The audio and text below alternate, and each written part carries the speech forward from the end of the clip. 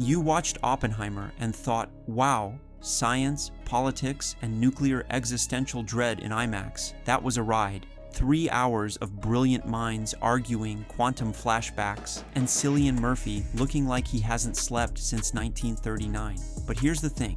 This isn't just a biopic about the guy who built the bomb. It's a layered character study, a morality maze, and one of the boldest storytelling experiments Christopher Nolan has ever attempted. Let's break down what you didn't see in Oppenheimer. Before we split any more atoms, don't forget to subscribe, turn on those notifications, and let me know in the comments what movie you want me to dissect next. I'm director Ammar Hejazi, and today we're peeling back the layers of Nolan's nuclear epic. Let's talk visuals, because Oppenheimer isn't just shot, it's engineered. Cinematographer Hoyt van Hoytema used a combination of large format film and IMAX to give us sharp, intimate, almost overwhelming images. Now here's what you might have missed. The film's timeline is split into two styles: color for Oppenheimer's subjective experience and black and white for the objective reality. It's Nolan's way of saying, here's how he saw the world, and here's how the world saw him. And even though it's mostly dialogue, the framing is never boring. The camera often isolates characters in negative space, swallowing them in the void, a visual metaphor for Oppenheimer's growing guilt and detachment. Also, notice the recurring close-up shots of eyes, flames, water, stars. They're not just pretty, they reflect his obsession with scale, both cosmic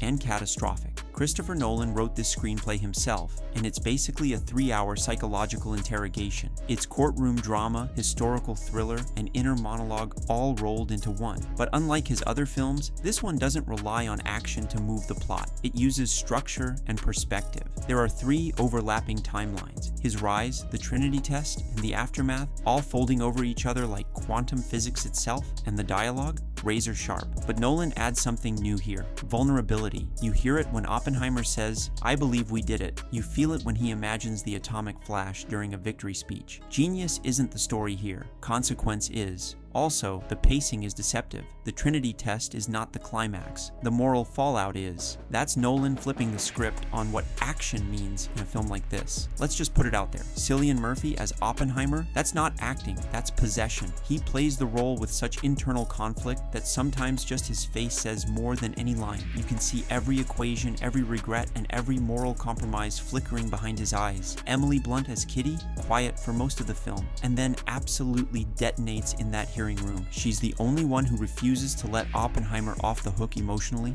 and that stare down with the interrogators, cold steel. Robert Downey Jr. as Strauss, oh yeah, he's back in Oscar mode. No suits, no quips, just a slow burn power play. His performance is a chess match. He's not the loudest guy in the room. He's the one setting the traps. And the cameos, from Rami Malek to Casey Affleck, are like mini character bombs, each dropped with deadly precision. Christopher Nolan is known for time jumps, mind games, and making you question your entire understanding of reality. But with Oppenheimer, he does something different. He slows down. Yes, it's still dense. Yes, there's still timeline trickery. But at its core, this is about a man slowly unraveling under the weight of what he's unleashed. The Trinity test? No CGI.